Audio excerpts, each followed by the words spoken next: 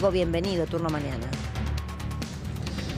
Buen día, Luciana. Martín Santiago del Río, este hombre de 47 años, el hijo menor de esta pareja que fue brutalmente asesinada en su casa en Vicente López, la calle Melo y Gaspar Campos, el lugar del crimen, una escena que siempre fue extraña para los investigadores porque estaban dentro del auto, vestidos, con el cinturón de seguridad y los mataron por la espalda, a sangre fría, y lo que creen es que fue este hombre de 47 años, el hijo menor de la pareja, su hermano Diego de 48 años, ambos habían declarado como testigos.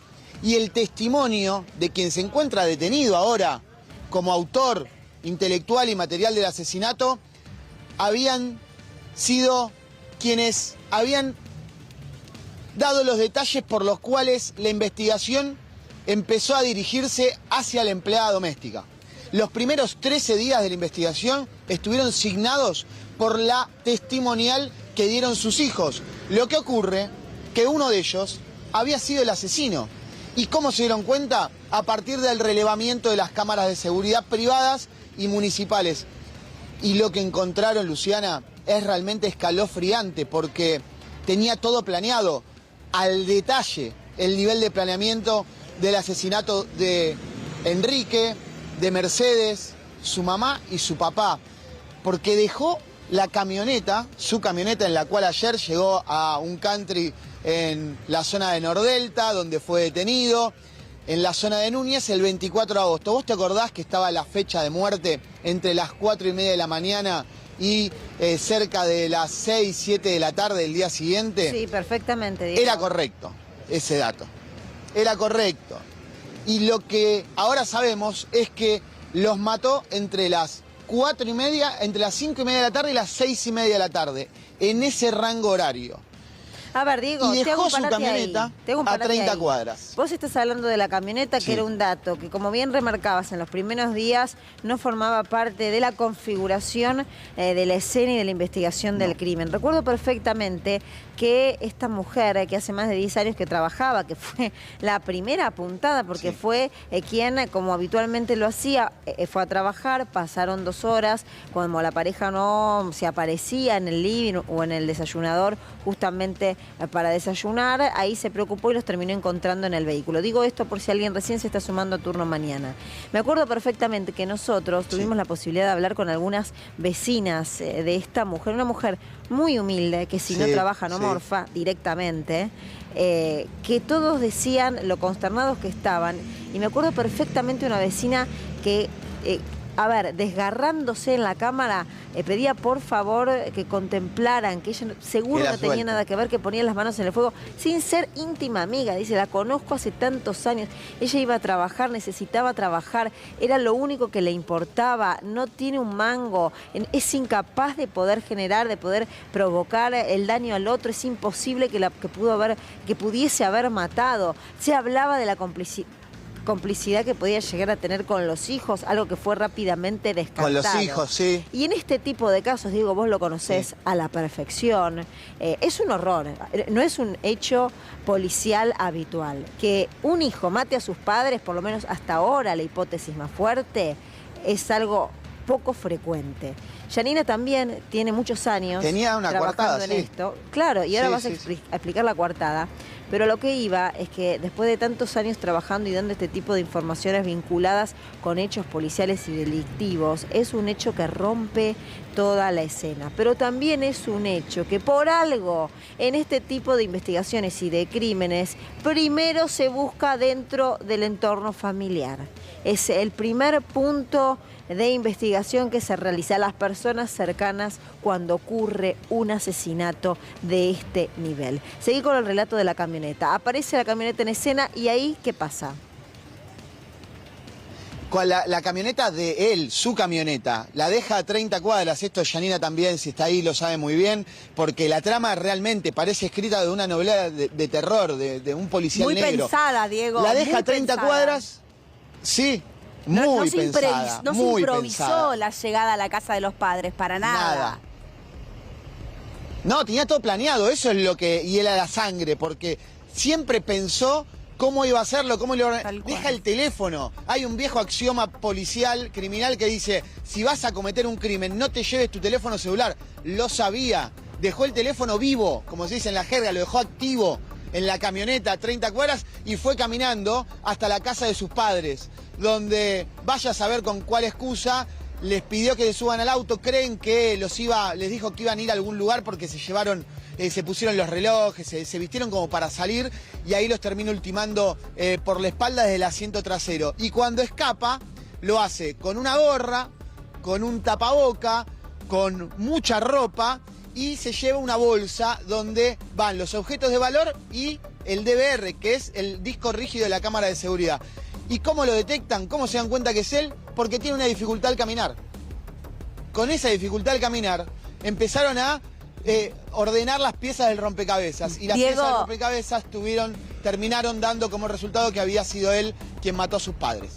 lo que vos decís es muy importante con respecto al auto. ¿Por qué? Porque cuando él declara como testigo, que declara durante varias horas frente a los fiscales, Luciana, él hizo hincapié en las acciones, en los negocios, un matrimonio que hizo millones en propiedades, compraba y vendía propiedades, básicamente playones de estacionamiento. Él siempre, desde que terminó el colegio, lo dijo en su declaración, trabajó con los padres, no así el hermano mayor con quien tiene poca diferencia de edad.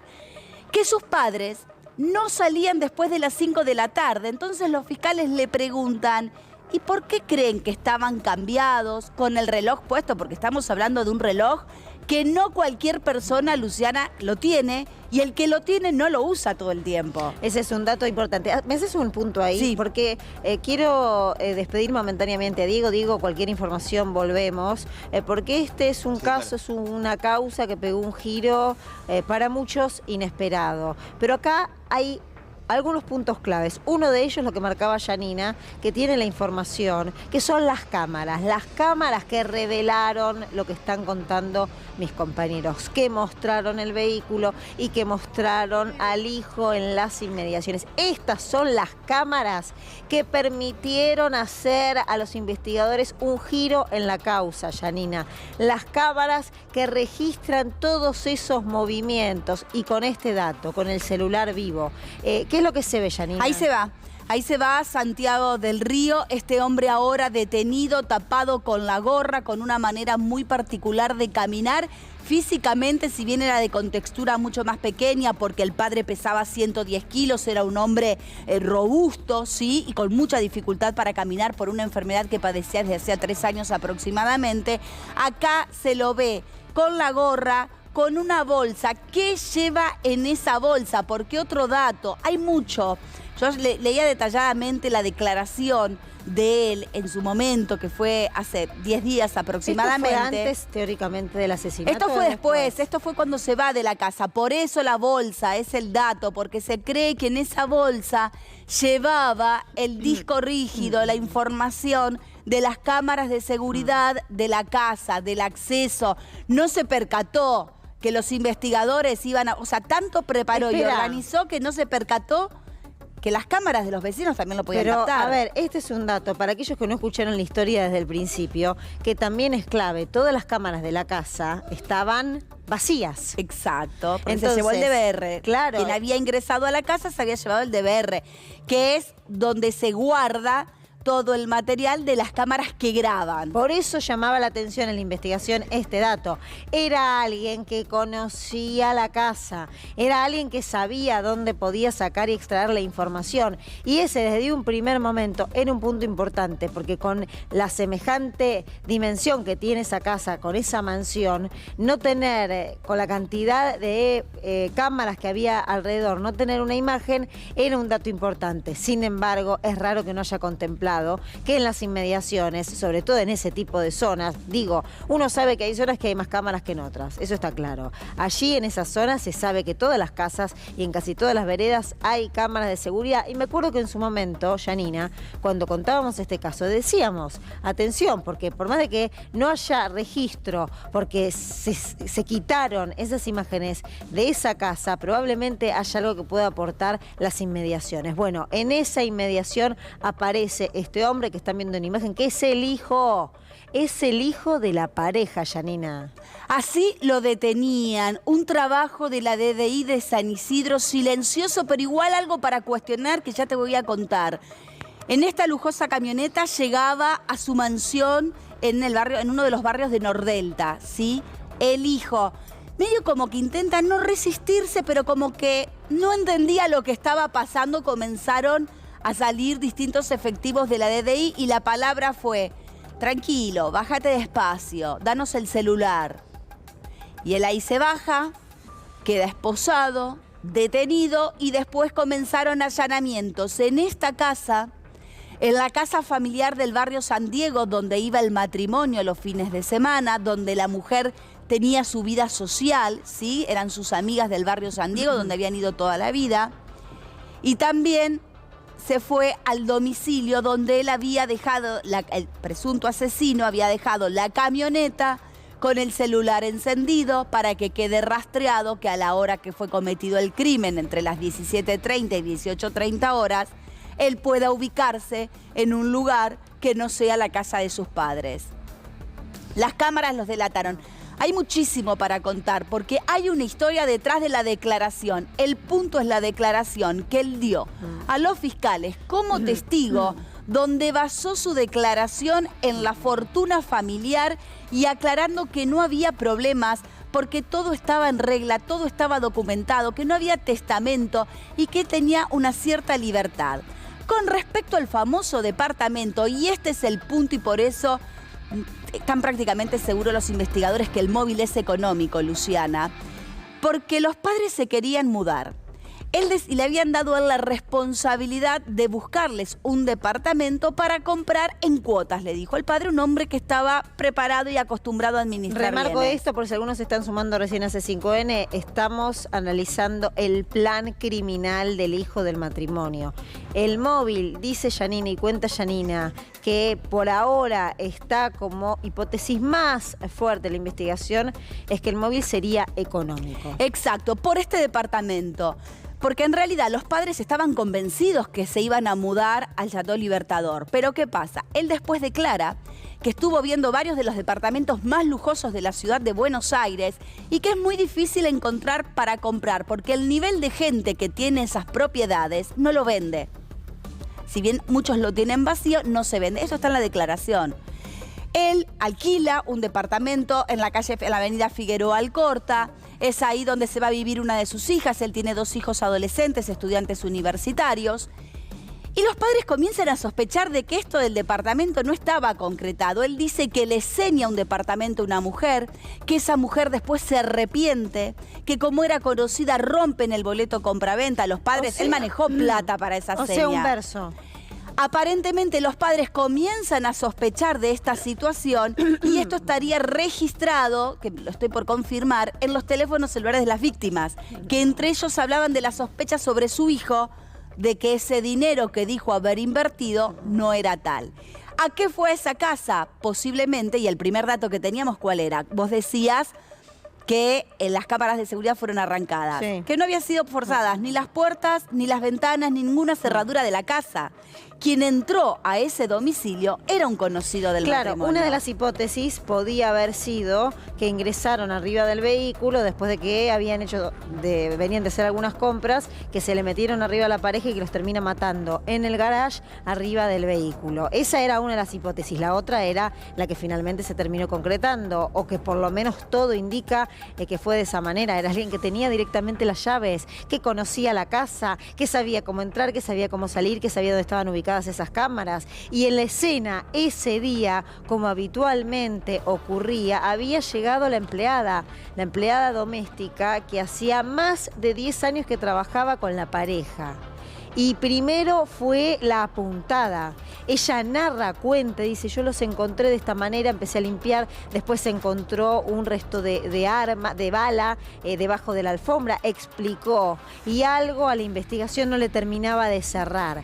Fueron pasando los días y el giro es un giro inesperado, pero un giro que muestra a las claras una investigación que empieza a tomar su curso. El hijo, hasta ahora es la hipótesis más fuerte, el hijo, el asesino. Algunas descripciones, no salimos del asombro y de la consternación. Un hijo que por ahora, por la investigación que se está llevando adelante, es el máximo apuntado. ¿El hijo mató a su padre y a su madre? ¿El hijo mató a sus papás con complicidad de alguien o lo hizo de manera solitaria? ¿Lo hizo de manera premeditada? Hasta ahora lo que se sabe es esta hipótesis más fuerte del móvil económico que dice Yanina, y estas imágenes de las cámaras de seguridad de las inmediaciones de la casa donde lo muestran al hijo salir de la casa de sus padres y algunas contradicciones en el relato, en lo que le dijo a la policía. Ven y Yanina, vamos en placas a explicar un poquito más algunos de los datos claves. El plan criminal, el plan del hijo para matar a sus padres. Y la pregunta, estos videos no aparecen de un día para el otro. Hubo semanas de investigación hasta tener las pruebas suficientes para pedir la detención. ¿Por qué Nina, siendo inocente, estuvo detenida durante 13 días? Acá me parece que quizás se apresuraron por datos que aportó el hijo que no eran tal. Y esa sospecha y esa foto de la billetera que nada tenía que ver con la realidad. Igual a Nina, si bien recuperó la libertad, la van a investigar por 90 días, lo más probable es que quede absuelta. Mira, vamos a resumir esto. Reitero de Nina, es importante lo que dice Yanina, porque me acuerdo perfectamente esa declaración de esa mujer, de esa vecina de Nina, que decía, es muy humilde, no tiene para comer, es una señora que lo único que hace es trabajar, trabaja para ganarse un mango, es sencilla, es buena vecina, no es imposible que haya sido, la están acusando a ella injustamente, se tiene que saber la verdad. Y tenía razón, porque además ahora, ¿quién le quita a esa mujer el dolor, la angustia y la pérdida de días no laburados directamente? Pensemos en esas víctimas del sistema. Perdió el trabajo, tuvo 13 días detenida, en un primer momento, después se descartó rápido por lo que vos marcás de la billetera, que también estarían implicados los hijos. Atención, porque en el medio de todo esto, por supuesto, hay una familia destruida, hay un crimen que debe ser esclarecido, pero hay perejiles, y fue una perejila, y estuvo 13 días detenida, hasta ahora no hay ninguna prueba, solamente el hecho de haber ido a trabajar como lo hace habitualmente y de contar lo que pasó, y de narrar haber encontrado a sus patrones, a quienes la contrataron durante tanto tiempo, con disparos en sus cuerpos, en su cabeza, adentro del vehículo, en el garage de la mansión, Yanina. Vamos a resumir, si te parece, desde el momento que llegan las pruebas a la fiscalía, recordemos que fueron fiscales en conjunto por la complejidad del caso, ¿sí? Donde Martín del Río, ahora detenido, este hombre de 47 años, quedó filmando caminando 30 cuadras desde Núñez, donde deja la camioneta con el celular encendido sobre el asiento, a la casa de sus padres en Vicente López. Quedó captado tanto por cámaras de seguridad del municipio de Vicente López como de cámaras privadas. Veíamos recién el video cuando se retira de la casa después que el matrimonio fuera asesinado. Esto según la data de muerte que dio la autopsia, que habría sido después de las 17:30. Él se retira antes de las 19, también caminando, pero con la diferencia que va con una bolsa cargada, se nota con algo de peso. Sospechan los investigadores que es el disco rígido de las cámaras de seguridad. Cuando él declara por primera vez, él cuenta que había estado en las horas previas, en las horas posteriores, que había pasado por la casa de sus padres. Lo que estaba registrado es la comunicación telefónica cerca de las 4 de la tarde. O sea, él ya directamente, que este también es un punto importante, negó haber estado en la casa de sus padres. Y aparece, como recién vemos en las imágenes, saliendo de esa casa. Sí, él aportó que la mujer, la terapista que acompañaba a su padre en los movimientos, se iba a 5 menos cuarto. Aportó un dato, pero vamos a terminar con esto y ahora te quiero contar, porque el tema del arma con la que lo mató y él arriba del auto es una situación tremenda.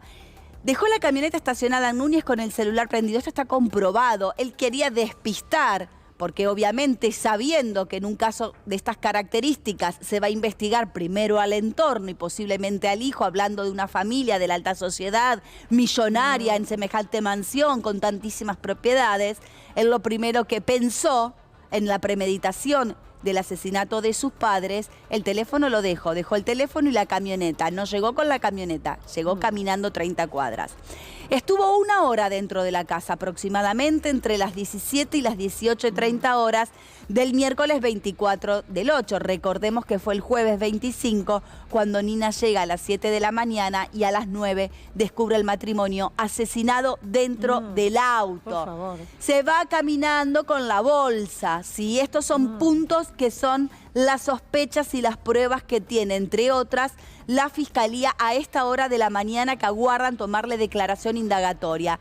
Lleva la bolsa con algo pesado, creen que es el DVR de las cámaras de la casa del crimen. Pero atención, porque cuando él declara como testigo, le cuenta a la justicia que su padre, por cuestiones de seguridad, tenía un arma 9 milímetros en la mesa de luz de su casa. Entre el listado de supuestas cosas que dice que le robaron a sus padres, dice quizás también se llevaron el arma. Justamente un calibre similar al que asesinaron al matrimonio. Ahora, yo te digo, hace un punto ahí, Janina, yo no dejo de salir de la consternación. Este hombre, vos decís que tiene 2 hijas que van a la universidad. Una hija y un hijo. Que tiene una familia. Este hombre que salió caminando como si nada y aparentemente es el asesino de sus padres, mató a sus padres. En ese paso que vos marcás que por su dificultad en el caminar lo detectaron rápidamente, con la bolsita en la mano, venía de asesinar, por lo menos lo que marca la investigación hasta ahora, a su papá y a su mamá de un par de tiros en la cabeza. Un tiro a la madre, 3 tiros al padre. Con el paso cansino como si hubiese ido de compras. No, acababa de matar a sus padres. Este es un hecho escalofriante. Cerremos con los datos que vos traías. Bueno, le investigan sus deudas. No, aparentemente no hay deudas. Son manejos que hizo con los negocios de empresas y las propiedades de su padre. Sospechan de que ante esta duda que tenía el matrimonio sobre el famoso departamento de lujo en el que se iban a vivir y que no era tal, que el hijo quizás les dijo, vengan, cámbiense, vamos que los llevo a conocerlo, ya tienen el departamento, se cambian, se suben al auto, los asesina y después roba las pertenencias de la caja de seguridad. El hijo